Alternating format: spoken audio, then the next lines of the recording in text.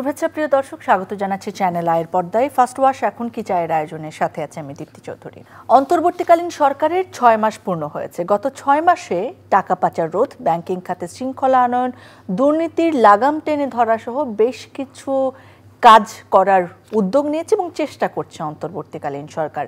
সবচেয়ে গুরুত্বপূর্ণ যে কাজের কথা বলা হয়েছে এবং চেষ্টা করা হচ্ছে সেটি হচ্ছে রাষ্ট্র সংস্কারের উদ্যোগ। রাষ্ট্র সংস্কারের জন্য গঠিত কমিশনগুলোর মধ্যে সংবিধান সংস্কার কমিশন, বিচার বিভাগীয় সংস্কার কমিশন, জনপ্রশাসন সংস্কার কমিশন এবং পুলিশ সংস্কার কমিশন ইতিমধ্যে তাদের রিপোর্ট জমা দিয়েছে।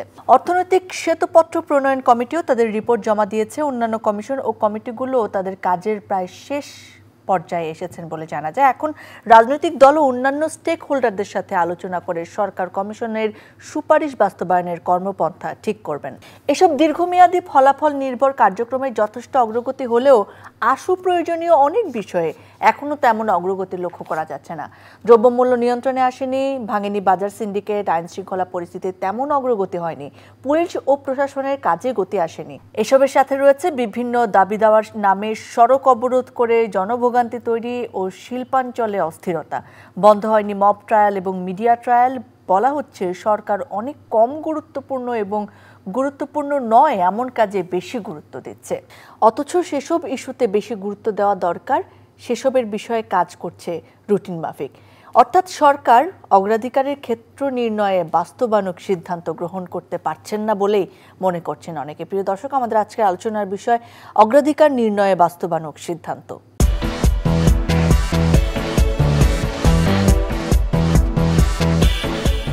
এ বিষয়ে কথা বলার জন্য আজকে আমাদের সঙ্গে উপস্থিত রয়েছেন দুজন অতিথি। আমাদের সঙ্গে রয়েছেন জনাব নীলুফার চৌধুরী মনি, স্বনির্ভর বিষয়ক সহ সাধারণ সম্পাদক, জাতীয় নির্বাহী কমিটি বিএনপি। আমাদের সঙ্গে রয়েছেন সিনিয়র সাংবাদিক খালেদ ফারুকী। আপনাদের দুজনকে স্বাগত জানাচ্ছি, অনেক ধন্যবাদ আমাদের সময় দেওয়ার জন্য। নীলুফার চৌধুরী মনি, আপনার কাছে শুরুতে আসি আমি। রাজনৈতিকভাবেই আসলে একটা অভ্যুত্থান বলেন, বিপ্লব বলেন, পরিবর্তন বলেন, সেটার একেবারে পরিণতিতে যাওয়া যায়। তো সেই দৃষ্টিকোণ থেকে আপনার কি মনে হয়, আসলে সরকার কি সত্যি এমন অনেক কিছু করছেন যেটা এই সময় করা ততটা গুরুত্বপূর্ণ ছিল না, এবং এমন অনেক কিছু করছে না যেটা আসলে সবচেয়ে তাড়াতাড়ি করা দরকার ছিল? দেখেন, একটা যেটা বললেন আপনি, যে নামে যেটাই ডাকা হোক না কেন, এখানে একটা কথা আছে, বিপ্লব আর অভ্যুত্থান দুটার কিন্তু মিনিংস আলাদা। এইখানে এখন পর্যন্ত এটাই কারেকশন হয় নাই যে এটা বিপ্লব ছিল না এটা গণ অভ্যুত্থান ছিল। কেউ গণ অভ্যুত্থান বলে সারা বাংলাদেশ, আবার ছাত্ররা বিপ্লব বলে। যদিও তারা বিপ্লব বলে, বিপ্লবের যে প্রকারভেদ আছে, বিপ্লবের যে আপনার ডেফিনেশন আছে, এটার সাথে তাদের সাথে যায় না। বিপ্লবীরা কখনো সুবিধা ভোগ করে না, সুবিধা ভোগ করে অন্যরা, কিন্তু তারা কিন্তু 100% সুবিধাভোগী। আবার গণ অভ্যুত্থান 10 বছর 20 বছর পর পরে এইভাবেই হয়। সো আমি নিজেও গণ অভ্যুত্থানের পক্ষেই এটা নিয়ে। তো যেটাই হোক না কেন, সরকার যে সরকারটা আসছে, দেখেন আপনি 3 দিন দেশে কোনো সরকার ছিল না। আমি বাংলাদেশের মানুষদেরকে স্যালুট করি। 3 দিন সরকার না থাকার পরেও মব জাস্টিসটা কিন্তু ওইভাবে কেউ হাতে তুলে নেয় নাই। ওই 3 দিন আমরা যদি দেখি, ওই 3 দিন জিনিসপত্রের দাম কিছুটা কমেছিল। আমি অবাক হয়ে, কারণ আমি প্রত্যেক দিন, আমি তো একজন গৃহিণীও সব কিছুর বাইরে, আমি প্রত্যেক দিন কিছু না কিছু কিনি। আমি কিনতে গিয়ে দেখেছি যে জিনিসটা 90 টাকা ছিল, 80 টাকা ছিল, অকপটে সেটা 60 টাকায় এসেছিল। সবজি তরি বা অন্য কিছু। এটার কারণটা ছিল সেই দিন কিন্তু, সেই 3 দিন কিন্তু আপনার ভয়ে অস্থির ছিল সিন্ডিকেট। পরবর্তীতে যখন সরকার আসলো, যারা প্রত্যয় ব্যক্ত করে এসেছিল দেশটাকে জোড়াতালি দিবে, দেশটাকে সংস্কার করবে, দেশটাকে ভালোর দিকে নিয়ে একটা নির্বাচন দিবে, তারা আসার পরে কিন্তু আমরা অবাক বিস্ময়ে তাকিয়ে থাকলাম যে আমরা যা চেয়েছিলাম তার কিছুই হলো না। আমরা কি চেয়েছিলাম? আমাদের কিন্তু চাওয়াটা খুব বেশি ছিল না। আমাদের চাওয়াটা ছিল ওই ঈশ্বরী পাটনির মতো আমার সন্তান যেন থাকে দুধে ভাতে। এখন আমরা আর দুধে ভাতে বলি না, আমার সন্তান যেন থাকে ডালে ভাতে। এই ডাল ভাতটুকু আরেকটু নিশ্চয়তা, সেই নিশ্চয়তাটা আমরা পাইনি। ডাল ভাতটা আমরা তো আকাশচুম্বী দ্রব্যমূল্যের, তো এই আকাশচুম্বী দ্রব্যমূল্যের বাজারে সিন্ডিকেট কিন্তু আরও নতুন পসরা নিয়ে বসলো। কেমন পসরা? বাণিজ্যের ভিত্তিতে বাণিজ্য উপদেষ্টা করলো। বাণিজ্য উপদেষ্টা আসার পরে হঠাৎ করে বোতল উধাও হয়ে গেল, তেলের বোতল। তারপরে 8 টাকা না 9 টাকা বাড়িয়ে যেই বাড়ানো হলো, আবার বোতলগুলো শোভাবর্ধন করতে থাকলো। এই যে আমাদের অবস্থাটা, এটা কিন্তু আমরা অন্ধকার যুগে যখন ছিলাম যখন 15.5 বছর অন্ধকারের যুগে ছিলাম তখনও আমরা এরকমই দেখেছি, বছরে 2-3 বার তেলের দাম বাড়তো, বছরে 2-3 বার গ্যাস পানি এই মাথায় ও মাথায় বাড়তো। তাহলে আমাদের চেঞ্জটা কোথায় হলো? তারপরে আপনি দেখেন মব জাস্টিস, মানুষ হাতে তুলে নিল আইনটা। আইন যেহেতু আইনের বিচারের বাণী যদি নিভৃতে কাঁদে তাহলে তো মানুষ তাই করবে, মানুষ তাই করলো। বিভিন্ন বিশ্ববিদ্যালয়ে মানুষ মেরে টাঙিয়ে রাখা হলো।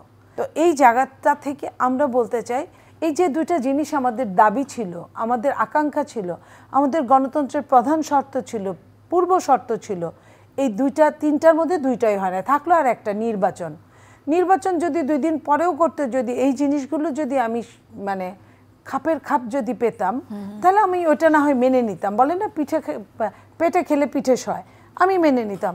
কিন্তু আমার তো কিছুই হচ্ছে না, নির্বাচনটাও হচ্ছে না। তখন আমি নির্বাচনের দিকে আরও বেশি ধাবিত হলাম যে যেটাই হোক না কেন একটা নির্বাচিত সরকারবিহীন এই জিনিসগুলো আসলে দিতে পারে না কেউ। নির্বাচন সরকারবিহীন যে কথাটা আপনি বললেন যে শিল্প কারখানা সহ বিভিন্ন জায়গায় আন্দোলন, এটা কিন্তু এই আন্দোলনের জবাব কিন্তু এরা দিতে পারে না, এই ইন্টারিম গভর্নমেন্ট। এটা দেওয়ার জন্য আপনার নির্বাচিত গভর্নমেন্ট দরকার। এখন আমি তো এটা পাচ্ছি না, এই জিনিসটাও আমি এখনও দেখছি যে এটা আমার হাতের নাগালের বাইরে। যখনই এই কথাগুলো আসে তখনই সংস্কার এসে সামনে দাঁড়ায়, অথচ সংস্কার হচ্ছে আবহমান কালের একটা ব্যাপার। সংস্কার ধারাবাহিক একটা পন্থা। সেই সংস্কার আপনি শুরু করলেন, আপনি এত লাখো পেজের, হাজার পেজের সংস্কার আপনি দিবেন, মানুষ না খেয়ে থেকে সংস্কার দেখবে, তাহলে তো আমি হীরকচন্দ্রের দেশেই বাস করছি। আমি তো হীরকচন্দ্রের দেশে বাস করতে চাই না। তাই আমি বলি যে আমার সংস্কারও চলবে, আমার নির্বাচনও চলবে, আমার পেটে ভাতে খাওয়ার জন্য দ্রব্যমূল্যের দাম। তার মানে আপা আপনার কথা হচ্ছে যে জন আকাঙ্ক্ষা বা প্রত্যাশা থেকে অনেকখানি দূরে আছে এখনো এই সরকার। আমি একটু খালিদ ফারুকী ভাইয়ের কাছে 2টা প্রশ্ন জানতে চাইবো যে এমন কি সরকার আসলে করেছে যেটা এই সময় না করলেও চলতো, বরং এই সময় আরো অস্থিরতা বা বিভেদ তৈরি করেছে। আর 2 নম্বর হচ্ছে কি অনেক বেশি গুরুত্বপূর্ণ ছিল সরকারের দায়িত্ব গঠনের পরই যেটা সে করেনি। আপনার প্রশ্নের উত্তরে আমাকে প্রথমেই দেখতে হবে যে এই মুভমেন্টটা কারা করেছে। বেসিক্যালি এই মুভমেন্টটা করেছে, মাঠে ছিল স্টুডেন্টস, ছাত্ররা ছিল। এই ছাত্ররা এখনও পুরোপুরি তারা শিক্ষা প্রতিষ্ঠানে ফেরত যায়নি।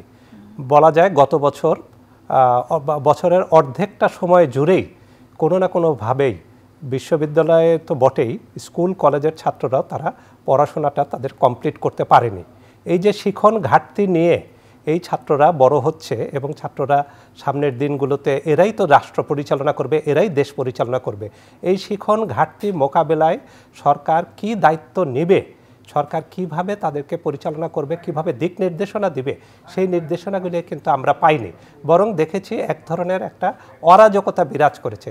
ছাত্র হয়ে শিক্ষকের সঙ্গে অসদাচরণ আমরা 5ই আগস্ট পরবর্তী একটা দীর্ঘ সময় ধরে দেখেছি এবং এইটার কারণে উপদেষ্টারা পর্যন্ত সতর্ক করেছেন, কিন্তু আমরা আলটিমেটলি কোনো ফল মাঠ থেকে পাই। That's a very important point. আমার মনে হয় আপাও একমত হবেন যে ছাত্রছাত্রীদেরকে মানে বিশ্ববিদ্যালয় বা শ্রেণী কক্ষে ফেরানোর যে উদ্যোগ, সেটার বদলে বরং তাদেরকে কখনো মবের নামে, কখনো আন্দোলনকারী নামে তাদেরকে বরং ইউজ করা হয়েছে নানা বাহিনীর দ্বারা কিংবা সরকার দ্বারা, আমি জানি না কখন। এই ছাত্ররা যদি এই যে তারা শিখন ঘাটতির মধ্য দিয়ে যে যাচ্ছে, যেই ছেলেটা বা মেয়েটা যাচ্ছে, এই শিখন ঘাটতিটা কোথা থেকে পূরণ হবে সেরকম কোনো নির্দেশনাও আসেনি।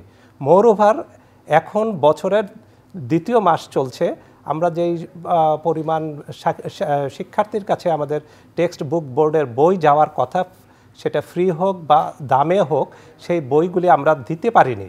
আমাদের ছাত্রছাত্রীদের কাছে প্রশ্ন হয়ে দেখা দিবে, সরকার কে ছিল সেটা তো তারা বুঝবে না, বিবেচনা করবে না, অভিভাবকরাও বিবেচনা করবেন কারা আছেন, কিন্তু আমার ছাত্রছাত্রীরা কেন পাচ্ছেন না, আমার ছেলে মেয়ে কেন পাচ্ছেন না, শিক্ষকরা কি পড়াবেন, এই ঘাটতিটা এটা মনে হয় যে কিছু না, কিন্তু আমি বিশ্বাস করি আমাদের প্রত্যেকটা উপদেষ্টা অত্যন্ত উচ্চশিক্ষিত, দেশ বিদেশে শিক্ষা গ্রহণ করা, তারা এই শিক্ষা ঘাটতিটা সবাই না, অনেকেই তাদের মধ্যে, বিশেষ করে সিনিয়র যারা আছেন তারা অনেকেই, এবং তারা নিশ্চয়ই এটার একটা আমি ব্যক্তিগতভাবে এটার একটা দিক নির্দেশনা চাবো, 1 নাম্বার।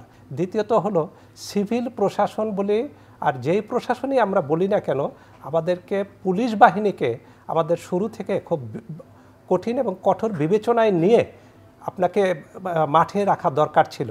আমরা এখনও দেখি যে একেবারে প্রান্তিক পর্যায়েও পুলিশ বাহিনীর সেই শক্তিশালী অবস্থানটা দেখি না।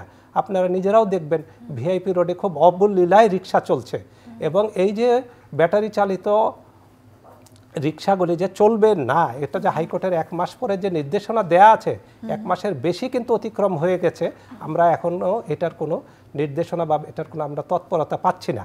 এটা খুব ছোট একটা উদাহরণ, এরকম মিলালে পরে অনেক পাওয়া যাবে। আপনি সিভিল প্রশাসন বা এলাকা, পাড়া মহল্লা বা প্রশাসনের যা কিছুই আমরা বলি না কেন, সেটার ক্ষেত্রে ডিসিপ্লিন ছাড়া তো কোনো বিকল্প নাই।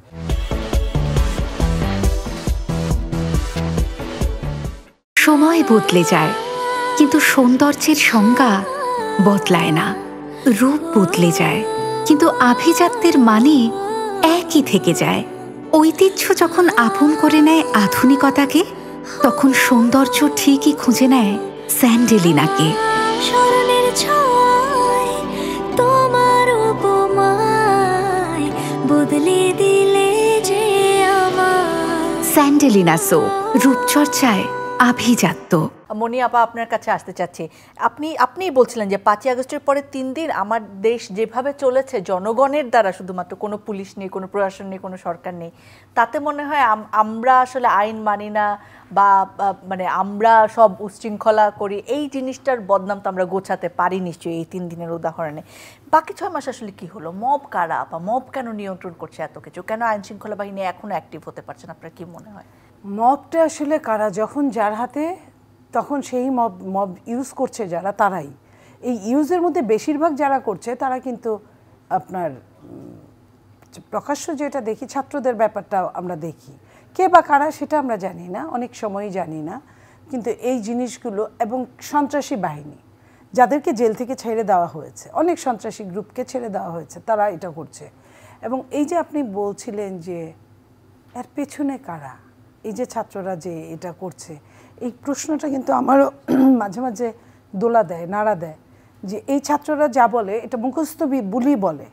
তাদের ওই বয়স নাই যে তারা নিজে থেকে নিজে ব্রেন খাটিয়ে, একটা ব্রেন ছিল 17, 14, 15 বছর আগে তো সে স্কুলের স্টুডেন্ট, কলেজে উঠতে না উঠতে তার পড়ালেখার পাশাপাশি তার এই রাষ্ট্র নিয়ে এত পুক্ত চিন্তা করার মতো তার সময়টা, এটা সত্যি, এটাই সত্যি। অভিজ্ঞ লোকগুলোকে যদি পাশে রাখতো, তাদেরকে যদি ওইভাবে বোঝানো হতো, তাও একটা কথা ছিল। যখন এই বাচ্চা বাচ্চা ছেলেরা নিজের ক্ষমতা সম্পর্কে ওয়াকিবহাল হয়, এবং তারা যখন দাপুটে এক সময়ের বড় বড় আমলাদের, যদিও তাদের নামের সঙ্গে ব্রেকেটে আমি বলবো তারা স্বচ্ছ না বলেই এই অন্যায়গুলো তাদের মেনে নিতে হয়। তো এই স্বচ্ছ না বলেই তাদেরকে দিয়ে, এদেরকে দিয়ে শুধু অন্যায় মেনে নিতে হবে এমন না। আপনার মনে পড়ে যখন 8 তারিখ পর্যন্ত, কেন 10, 15, 20 তারিখ পর্যন্ত দেশে আইন শৃঙ্খলার পুলিশ টুলিশ ছিল না, ছাত্ররা রিক্সা গাড়ি এগুলো দাঁড় করাতো, ছাত্ররা দাঁড় করাতো, ওরা নিজেরাই তো জানে না কোনখানে দাঁড়াতে হবে। যেমন একটা ট্রাফিককে অনেকদিন বয়সও হয়, তারপরে অনেকদিন ট্রেনিং দিয়ে তাকে চাকরি করতে হয়। আর ঢাকায় যে ট্রাফিকটা আসে, প্রথমেই কিন্তু ট্রেনিং দিয়ে আসে না, 2-4 জায়গায় মোফাসলে চাকরি টাকরি করে আসে। এখন এ কিছুই জানে না, এ শুধু রিক্সা থামাতে জানে। আর রিক্সাওয়ালারা, গাড়িওয়ালারা ভয়ে তার দিকে, ছাত্র এক ধরনের ভয়, এক ধরনের ভালোবাসা, ওরা আমাদের সন্তান, ওরা দাঁড় করিয়েছে, আমরা দাঁড়াই। এইভাবে পরে যখন দেখা গেলো যে এটা আরও উল্টাপাল্টা হয়ে যাচ্ছে, এরকম রাষ্ট্রের সব জায়গায় তাই একই অবস্থা। এই অবস্থা থেকে আমার ওই যে বলেছিল না চিফ অ্যাডভাইজার, যে মাস্টার মাইন্ড নাম ধরে বলেছিল 2-3টা ইন্টারন্যাশনাল প্রোগ্রামে। আবার উনি আবার আরেকটা ইন্টারন্যাশনাল প্রোগ্রামে উনি বলেছিল মাস্টার মাইন্ড, আমি যে যা বুঝেছিলাম তা না, উনি স্বীকার করেছিল সুইজারল্যান্ডে। তো সেই জায়গায় আসলে তো 1, 2, 5 মাস্টার মাইন্ড আছে। এই মানুষগুলো যদি খুঁজে বের করা যায়, তাদের ব্যাকগ্রাউন্ড, তারা কি চায়, এটা তারা বাম না ডান না মধ্য, এই জিনিসগুলো জানলে তাহলে আমার মনে হয় দেশের জন্য একটু মঙ্গল হতে। খালেদ ফারুকী ভাই, সংস্কার, এই শব্দটা মানে সবচেয়ে বেশি এখন আমরা শুনি, এবং এই সরকারের কাছে তো আরও বেশি। এই সরকারকে সংস্কারের সরকার, নাকি সত্যিকার অর্থে অন্তর্বর্তীকালীন সরকার, একটি নির্বাচিত সরকার আসার আগের সময়কার সরকার? এটা নিয়ে তো এখন একটা বিরাট প্রশ্ন। আপাও যেমনটি বলছেন, সংস্কার তো কোনো নির্দিষ্ট সময়ের না, সংস্কার আসলে একটা কন্টিনিউয়াস প্রসেস, এবং এটা হতেই থাকবে। একটা নির্বাচিত সরকার আসলেও সংস্কার হতে পারে, আবার এই প্রশ্নও আছে যে তারা আসলে কতটা সংস্কার করবেন। আমাদের অতীত অভিজ্ঞতা তো আসলে খুব একটা ভালো না। আপনার কি মনে হয় যে একটি নির্বাচন দেওয়ার আগে কি কি সংস্কার আসলে করা উচিত? যদি অগ্রাধিকার কথা আমরা বলি, আসলে কোন সংস্কার অগ্রাধিকার পাবে?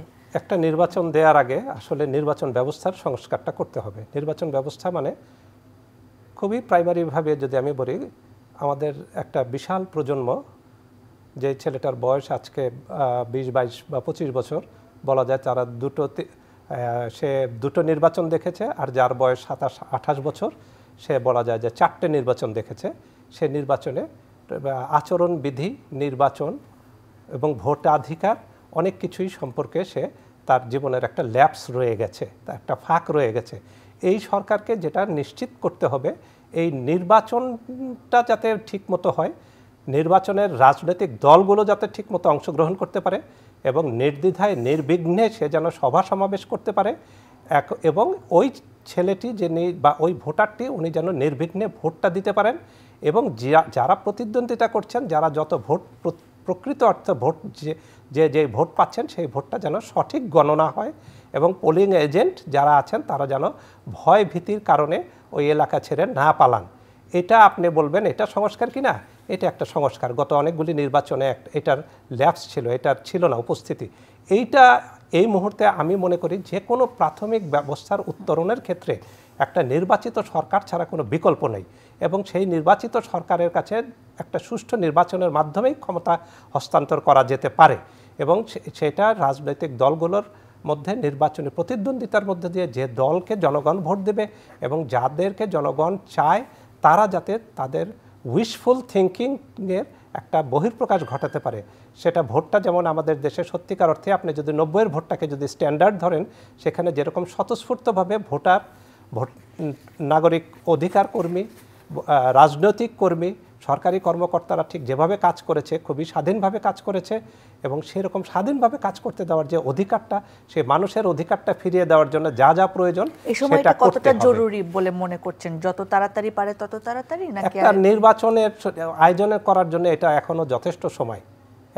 এখন থেকে চেষ্টা করলে একটা ভালো সুষ্ঠু নির্বাচন আয়োজন করাটাই দেশের একটা ভালো নির্বাচন হলে একটা দায়িত্বশীল দল ক্ষমতাসীন হবে। একটা দায়িত্বশীল দল ক্ষমতায় আসলে আপা যেমনটা বললেন, যত সংস্কারের কার্যক্রম ওনারা রেখে গিয়েছেন, সেই সংস্কারের কার্যক্রমগুলি এটা দিনকে দিন এটা এগিয়ে যাবে, এবং জনগণ যদি তার নির্বাচিত দলকে যদি ক্ষমতায় আনতে পারে, এবং তখনই 80% সমস্যার সমাধান হয়ে যাবে। এবং আসলেই জনগণ যে ক্ষমতার উৎস, এদেশে বারবার বিভিন্ন সময় সেটা প্রমাণিত হয়েছে, এবং জনগণ ফুঁসে উঠলে কি হয় সেটা তো আর বলার অপেক্ষা রাখে না।